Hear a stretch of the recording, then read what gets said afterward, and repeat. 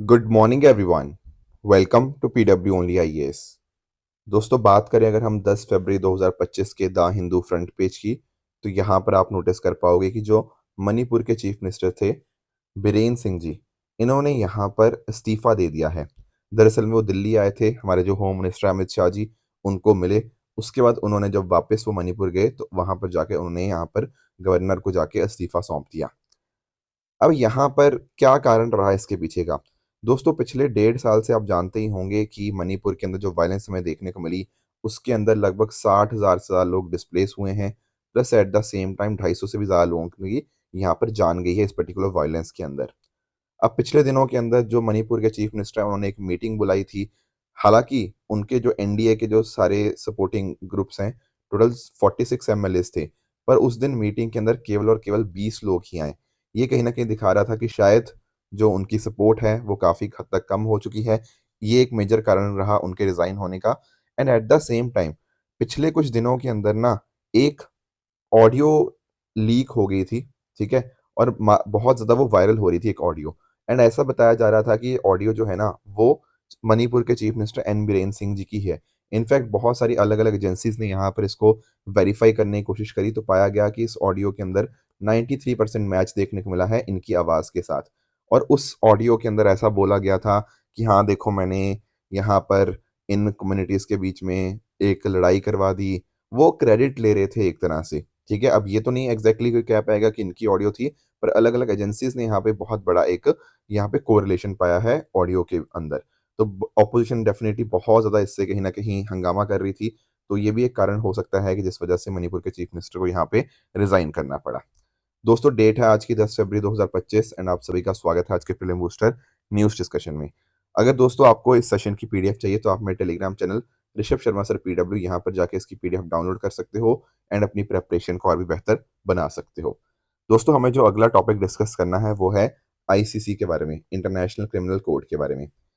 US के president Donald Trump जी, इन्होंने यहाँ पर सैंक्शंस इम्पोज किए हैं आईसीसी के ऊपर, क्योंकि इनको ऐसा लगता है कि जो आईसीसी है ना, वो अमेरिका हो गया, इसराइल हो गया, इनको खास करके बहुत ज़्यादा टारगेट करता है। तो थोड़ा सा हमें समझना होगा कि आखिर ये आईसीसी है क्या एंड किस तरह से ये हमारा जो इंटरनेशनल कोर्ट ऑफ जस्टिस है यानी कि आईसीजे, उससे कैसे डिफरेंट है। देखो यार, आईसीजे यानी कि इंटरनेशनल कोर्ट ऑफ जस्टिस, ये सबने सुना होता है, ठीक है? दरअसल में यूएन के जो अलग अलग ऑर्गन है ना, उनमें से यूएन में का एक ऑर्गन आपका आईसीजे देखने को मिल जाएगा। और इंटरनेशनल कोर्ट ऑफ जस्टिस करता क्या है? ये सर जो भी अलग-अलग स्टेट्स के बीच में डिस्प्यूट्स होते हैं, उनको रिज़ॉल्व करता है। ठीक है? ये तो बात हो गई इंटरनेशनल कोर्ट ऑफ जस्टिस, जो कि यूएन का एक ऑर्गन है। हमें यहाँ पे पढ़ना है इंटरनेशनल क्रिमिनल कोर्ट, ये अलग है। International criminal court is different from ICJ. इसमें क्या होता है आईसीसी में?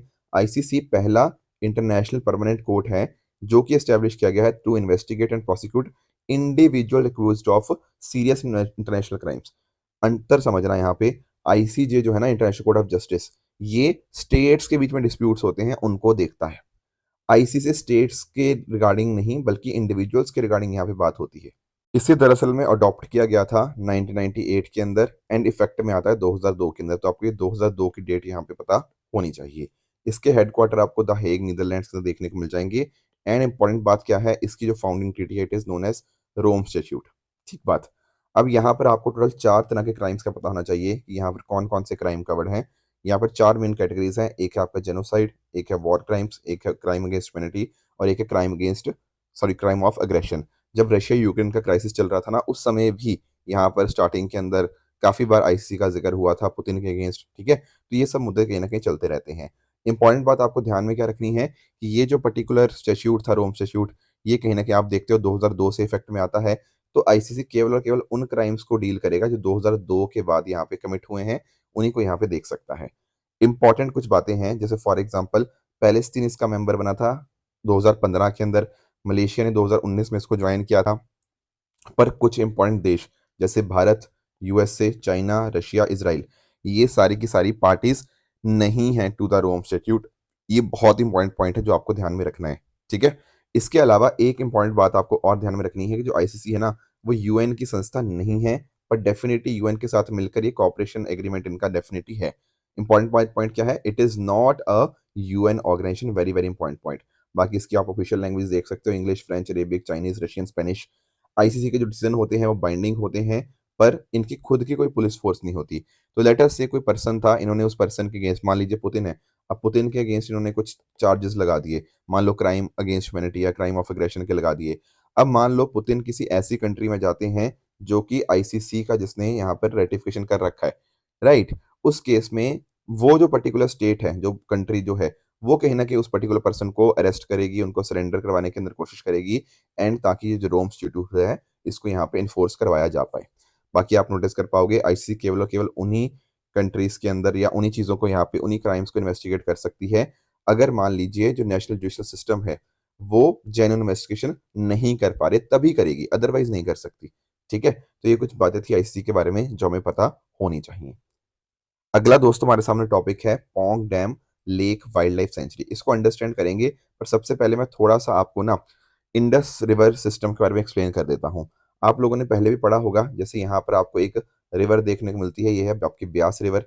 आगे जाके आपकी ये जो सतलुज रिवर है इसके साथ जाके यहाँ पे हरीके के पास यहाँ पे मिल जाती है। दरअसल में ना आप अगर इंडस की ट्रिब्यूटरीज को आप नोटिस कर पाओगे तो आप नोटिस कर पाओगे सबसे ऊपर आपकी इंडस आती है, राइट। फिर उसके बाद आपको जेलम रिवर आपको देखने को मिल जाएगी, फिर चिनाब है इसके बाद, राइट, फिर आपको रावी, फिर ब्यास, एंड लास्ट में आपका सतलुज। ये मेजर आपको ट्रिब्यूटरीज इंडस के यहाँ पे देखने को मिल जाती हैं, जिनके बारे में आप लोगों ने अपनी ज्योग्राफी के अंदर पढ़ा भी होगा। अब आज हम बात किसकी करेंगे? आज हम बात करेंगे ब्यास रिवर की और सतलुज रिवर की। एक पॉइंट पॉइंट में आपको ये दिखाना चाह रहा हूँ, ये पॉइंट है हरीके। ठीक है, यहाँ पर क्या होता है, यहाँ पर आपकी ब्यास और जो सतलुज है ना वो मिलती है। तो ब्यास के बारे में थोड़ा अगर अंडरस्टैंड करें तो आप नोटिस कर पाओगे ब्यास कुंड से कहीं ना कहीं ओरिजिनेट होती है, जो कि रोहतांग पास के बिल्कुल पास में लोकेटेड है इन धौलाधार रेंज, हिमाचल प्रदेश। ये उनमें से एक रिवर है जिससे पंजाब का नाम बनता है। दोस्तों पंजाब का नाम ना जो है वो बना है कैसे? वो बना है पंज प्लस आब।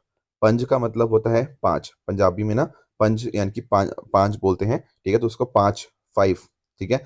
आब मतलब वाटर्स, तो the land of five rivers is known as Punjab. इस तरह से आप नोटिस कर पाओगे जो आपकी ब्यास रिवर है ये हिमाचल प्रदेश और पंजाब से यहाँ पे फ्लो करती है। ठीक है, हरीके के पास जाके यहाँ पे सतलुज और ये दोनों यहाँ पे मिलते हैं। एंड जो हरीके वेटलैंड है वो अपने आप में बहुत इंपॉर्टेंट आपको रामसर साइट देखने को मिल जाएगा, एंड यहाँ पर बहुत सारे माइग्रेटरी बर्ड्स भी देखने को मिलते हैं। ट्रिब्यूटरीज की बात करें तो इसमें बेन हो गया, बान गंगा, चक्की, ये लेफ्ट बैंक ट्रिब्यूटरीज हैं ब्यास की, एंड उल, लूनी, गज और सुकेती ये इसकी यहाँ पे आपकी राइट बैंक ट्रिब्यूटरीज हैं। ठीक है, अब ये तो हमने समझ लिया ब्यास रिवर के बारे में। अब ब्यास रिवर के ऊपर ना आपको एक डैम देखने को मिलेगा। कौन सा डैम है? वो डैम है आपका पोंग डैम। ठीक है, यहीं पर आपको Pong dam lake wild life sanctuary देखने को मिलती है।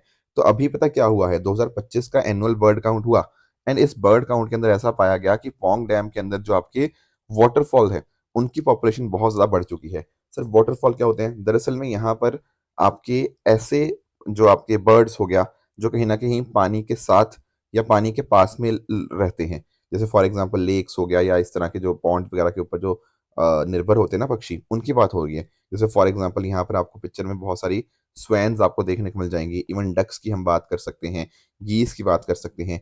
इनकी जो पॉपुलेशन है ना बहुत तेजी से बढ़ी है in case of Pong dam lake wild life sanctuary. ठीक है, तो थोड़ा सा इसके बारे में अंडरस्टैंडिंग कर लेते हैं।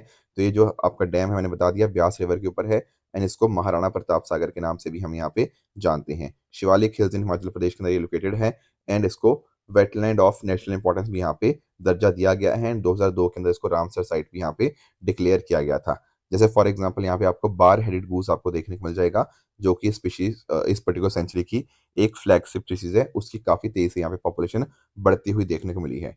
इसके अलावा इसकी वेजिटेशन की बात करें तो यहाँ पर आपको ग्रास लैंड, फॉरेस्ट, एंड जो वेजिटेशन है थोड़ी सबमर्ज्ड, पानी के अंदर सबमर्ज्ड आपको देखने को मिल जाएगी। एंड यूक्लिप्टस हो गया, आपका शीशम हो गया, एक क्या हो गया, ये कुछ इंपॉर्टेंट आपको ट्री स्पीशीज आपको इस एरिया में देखने को मिल जाती हैं। ध्यान क्या रखना है? ध्यान ये रखना दिस इज ऑल्सो आपकी रामसर साइट।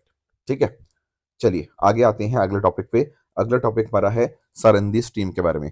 थोड़ा सा ये लोकेशन पर्सपेक्टिव से इंपॉर्टेंट है। देखो यहाँ पर ना आपको एक स्ट्रीम जाती हुई देखने को मिल रही है। सर हाँ सर, ऐसा लग रहा है कि नदी से चल रही है, बिल्कुल। पर ये नदी लाल रंग की दिख रही है, बिल्कुल। और लोग तो इसको कह रहे हैं ये तो यार खून की नदी चल रही है। आप पूछोगे ऐसा कैसे? पहली बात तो ये है कहाँ पे? दोस्तों ये जो स्ट्रीम की मैं बात कर रहा हूँ ना ये है आपकी अर्जेंटीना के अंदर ब्यूनस आयर्स के पास में। ये जो पर्टिकुलर स्ट्रीम है ये लाल रंग की पूरी तरह से हो चुकी है, जिस वजह से लोग इसको खून की नदी यहाँ पे बोल रहे हैं। अब इसके बारे में थोड़ा अंडरस्टैंड करते हैं। तो ये एक आपकी स्मॉल ट्रिब्यूटरी है और आगे जाके ये आपकी जो रियो दी ला प्लाटा इसके अंदर जाके ये फ्लो कर जाती है। और ये जो रियो दी ला प्लाता है, ये एक मेजर एस्चुरी है जो कि अर्जेंटीना और उरुग्वे शेयर करते हैं। तो ध्यान क्या रखना है, सरंदी स्ट्रीम जो है वो दरअसल में आपको अर्जेंटीना के अंदर देखने को मिलती है, बट जो जिस रिवर के अंदर जाके फ्लो करती है वो अर्जेंटीना और उरुग्वे शेयर करते हैं, ठीक है। अब ये स्ट्रीम का रंग ऐसा कैसे हो गया, ऐसी क्या चीज होगी जिस वजह से आपको ये लाल रंग देखने को मिला। देखो, एक तो आपको ध्यान में रखना है कि कोई पहली बार ऐसा नहीं हुआ, पहले भी ये जो आपकी स्ट्रीम है ना, बहुत बार रंग बदल चुकी है। कभी ब्लू कलर का पानी हो जाता है, कभी ग्रीन हो जाता है, कभी वॉयलेट हो जाता है, कभी ब्राउन हो जाता है, ठीक है। तो स्ट्रीम का ना जो होता है, कलर चेंज होता रहता है। अब आसपास के जो घरों से पूछा गया, उन्होंने ये बताया कि देखो यार, इस एरिया के अंदर बहुत सारी फैक्ट्रीज हैं, ठीक है, बहुत सारी टैनरीज आपको देखने को मिल जाएंगी। एंड वो जो फैक्ट्रीज हैं वो कहीं ना कहीं केमिकल कंटेमिनेशन कर रही हैं पूरे एरिया का। एंड खासकर इस जो आपको स्ट्रीम यहाँ पे आपको देखने को मिल जाएगी। एंड इनफैक्ट लोगों ने जब यहाँ पे जाके देखा तो उन्होंने नोटिस किया, यार यहाँ से तो बड़ी गंदी सी स्मेल आ रही है इस पानी से। और गंदी सी स्मेल किस वजह से हो सकती है, वो कहीं ना कहीं आपका जो इंडस्ट्रियल वेस्ट है हजार्डस वाला, उससे कहीं ना कहीं हो सकता है। एंड इनफैक्ट ना यहाँ पर एक पर्टिकुलर आपका केमिकल है एनिलीन, ठीक है। ये जो केमिकल होता है ये डाइज और मेडिसिन में इस्तेमाल होता है। एंड यहाँ पे पूरे एरिया के अंदर बहुत सारी डाइज और मेडिसिन की फैक्ट्रीज वगैरह भी हैं। तो कहीं न कहीं वो पर्टिकुलर केमिकल है ना एनिलीन, वो माना जा रहा है कि ये रिस्पॉन्सिबल है इस पर्टिकुलर कलरिंग जो इस तरह की रेड हुई है, ठीक है। तो पहले भी इस तरह की होते रहा है, पर उसके पीछे भी कारण कहीं न कहीं इंडस्ट्रीज़ ही थे। एंड यहाँ पर भी हो सकता है कि सिमिलर इंडस्ट्रियल वेस्ट यहाँ पे इस्तेमाल किया गया होगा, जिस वजह से इसका लाल रंग इस पर्टिकुलर स्ट्रीम का देखने को मिल जाएगा। तो लोकेशन भी एंड जो एनिलीन है, ये भी आपको यहाँ पे पता होना चाहिए। अब एक्सपर्ट्स का ये मानना है कि हो सकता है कि लोकल लोगों को कुछ रेस्पिरेटरी इश्यूज़ आ सकते हैं इससे, कुछ स्किन डिजीज़ हो सकती हैं, या जो वाटर बॉल इलनेस है वो भी यहाँ पे लोगों को देखने को मिल सकती है, अगर ये कलरिंग इस वजह से आपके एनिलिन की वजह से हुई है। नेक्स्ट जो टॉपिक है हमारे सामने, that is world gold council report. दोस्तों, वर्ल्ड गोल्ड काउंसिल ये क्या है? ये दरअसल में आपको एक नॉन प्रॉफिट एसोसिएशन देखने को मिल जाएगी, जिसके अंदर लीडिंग गोल्ड प्रोड्यूसर आपको देखने को मिल जाएंगे। अब होता पता क्या है, एक काउंसिल बन गई।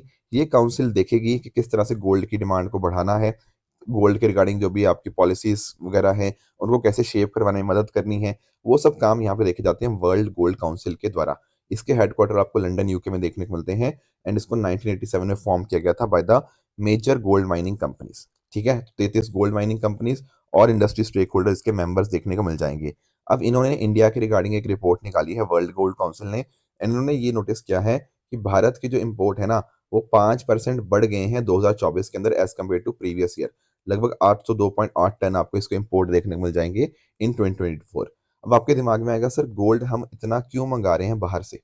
देखो, इसके दो कारण हैं। आप लोग आरबीआई के बारे में पढ़ते हो इकोनॉमी के अंदर, बिल्कुल सर। अब आरबीआई के पास आप जानते होंगे, आपके फॉरेक्स रिजर्व्स के बारे में आप लोगों ने सुना होगा।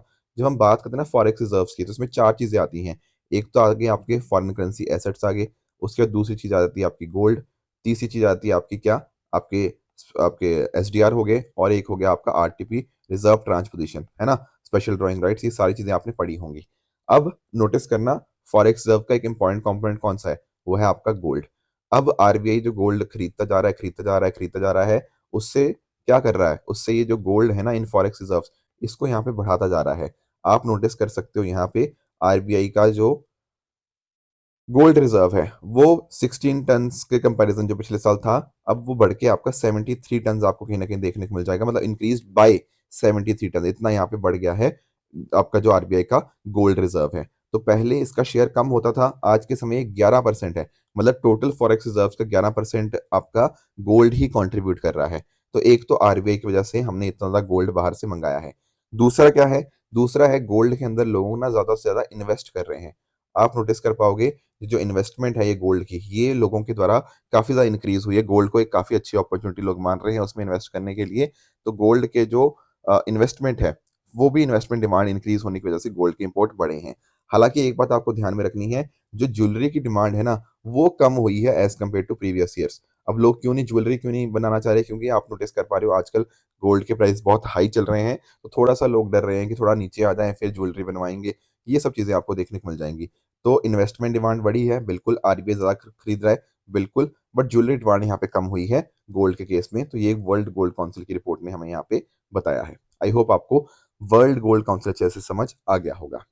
नेक्स्ट दोस्तों, हमारा जो टॉपिक है वो है आपका शतवारी एक बेटर हेल्थ कैंपेन। दरअसल में हमारी जो मिनिस्ट्री ऑफ आयुष है ना, उसने एक स्पेसिफिक कैंपेन एक स्पीशीज के रिगार्डिंग यहाँ पे स्टार्ट किया है, दैट इज चतवारी।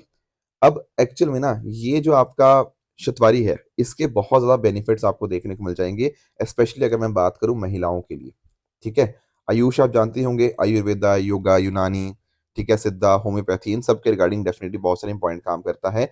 एंड उसी पर्टिकुलर चीज़ के रिगार्डिंग किस तरह से आपके ट्रेडिशनल मेडिसिन हो गया, आपके मेडिसिन प्लांट्स हो गया, उसके बेनिफिट्स लोगों तक पहुंचाए जा पाए, उसके रिगार्डिंग ये काम करता है। उसी में आपको ये एक हब आपको देखने को मिल जाएगी जो कि आयुर्वेदिक मेडिसिन के अंदर इस्तेमाल की जाती है। अब इसके हेल्थ बेनिफिट्स की बात करें तो महिलाओं के लिए बहुत इंपॉर्टेंट हेल्थ बेनिफिट्स हैं, जैसे फॉर एग्जांपल महिलाओं की जो रिप्रोडक्टिव हेल्थ है वो इंप्रूव होती है, इम्यूनिटी बूस्ट करने में मदद करता है, डाइजेशन के अंदर मदद करता है और आपकी गट हेल्थ को भी बेहतर करता है। इसके साथ साथ आपके जो तनाव है, स्ट्रेस है, एंग्जाइटी है, उसको कम करने के अंदर भी शतवारी का डेफिनेटली बहुत ज़्यादा इस्तेमाल किया जाता है। तो इस particular campaign for better health campaign के माध्यम से हम क्या कर पाएंगे, हम कहीं ना कहीं लोगों को इसके बारे में बता पाएंगे, एजुकेट कर पाएंगे, इसकी कल्टीवेशन और बेहतर होगी। एंड जो प्रधानमंत्री जी ने पंच प्रण गोल लिए थे ना कि 2047 तक हमें क्या क्या चीजें करनी है, उनमें से एक गोल क्या था कि भारत को विकसित भारत बनना है बाय 2047। उसके लिए एक हेल्थ भी इंपॉर्टेंट कंपोनेंट है। एंड हेल्थ के अंदर भी हम बहुत सारी चीजें बेटर करना चाहते हैं, जैसे महिलाओं की हेल्थ को हमने खास ध्यान यहाँ पे प्रायोरिटी दी है। तो वे जो आपका कैंपेन है ये उस पर्टिकुलर गोल को अचीव करने के अंदर भी हमारी मदद करेगा। अगला दोस्तों हमारा एक टॉपिक है ट्रॉपिक्स एक्सरसाइज 2025 के बारे में। तो जो इंडियन नेवी है वो ट्रॉपिक्स एक्सरसाइज को यहाँ पे कंडक्ट कर रही है। दरअसल में ये जो आपकी एक्सरसाइज है ना, this is a biennial exercise. Biennial मतलब हर 2 साल बाद जो होती है। अब आप नोटिस कर पाओगे ट्रॉपिक्स की फुल फॉर्म आप नोटिस करिए, थिएटर लेवल ऑपरेशनल एक्सरसाइज। ठीक है, तो आप नोटिस कर सकते हो यहाँ पर इंडियन नेवी तो है ही है, बट उसके साथ साथ इंडियन आर्मी, इंडियन एयरफोर्स और आपके कोस्ट गार्ड का भी आपको यहाँ पे पार्टिसिपेशन यहाँ पे देखने को मिल जाएगा। तो जब सारे इस तरह से मिलकर पार्टिसिपेट कर रहे हैं सबसे बड़ी लार्ज मतलब लार्ज स्केल नेवल एक्सरसाइजेस के अंदर, तो ये क्लियरली शो करता है कि किस तरह से हम ये चेक करना चाह रहे हैं कि आपस में कैसे कोलैबोरेशन के माध्यम से हम जॉइंट ऑपरेशन कंडक्ट कर पाएंगे या नहीं कर पाएंगे। इनफैक्ट ना इस तरह के आपके जो एक्सरसाइजेस होती हैं उनके माध्यम से हम अपने आप को कन्वेंशनल वारफेयर के लिए तो प्रिपेयर करते ही करते हैं, उसके साथ साथ आपकी जो एसिमेट्रिक वारफेयर है उसके लिए भी प्रिपेयर कर पाएंगे। दरअसल में असिमेट्रिक जो वारफेयर होती है ना, उसके अंदर क्या होता है कि लेट अस से देयर आर डिफरेंट पार्टीज, ठीक है, उनकी अपनी अपनी खुद की डिफरेंट डिफरेंट मिलिट्री कैपेबिलिटीज होती हैं, उनकी खुद की मिलिट्री स्ट्रेटजीज होती हैं। उसके लिए हम कैसे प्रिपेयर कर सकते हैं, तो उस तरह के आर्म कॉन्फ्लिक्ट के लिए असिमेट्रिक वारफेयर का वर्ड इस्तेमाल किया जाता है। यहाँ पर आपके जैसे फॉर एग्जाम्पल केवल आपके टेररिस्ट अटैक्स हो गया, गुरिल्ला वारफेयर हो गया, या फिर आपके जो घरों में बॉम्ब्स वगैरह बनाए जाते हैं, ये सब चीज़ें क्या हैं, दिस आर असिमेट्रिक वारफेयर के कुछ एग्जांपल्स हैं। उसी तरह से लेट अस से हाइब्रिड थ्रेट्स हो सकते हैं। हाइब्रिड थ्रेट में क्या होता है कि मिलिट्री के साथ साथ आपकी जो नॉन मिलिट्री टैक्टिक्स हैं या उनको एक्शंस को भी इस्तेमाल किया जा सकता है। कई बार एनिमी के अंदर, एनिमी कंट्री के अंदर कुछ प्रोपागेंडा हो गया, कुछ परसेप्शन इस तरह से बनाई जाती है कि उसकी परसेप्शन को काफ़ी खराब किया जाता है।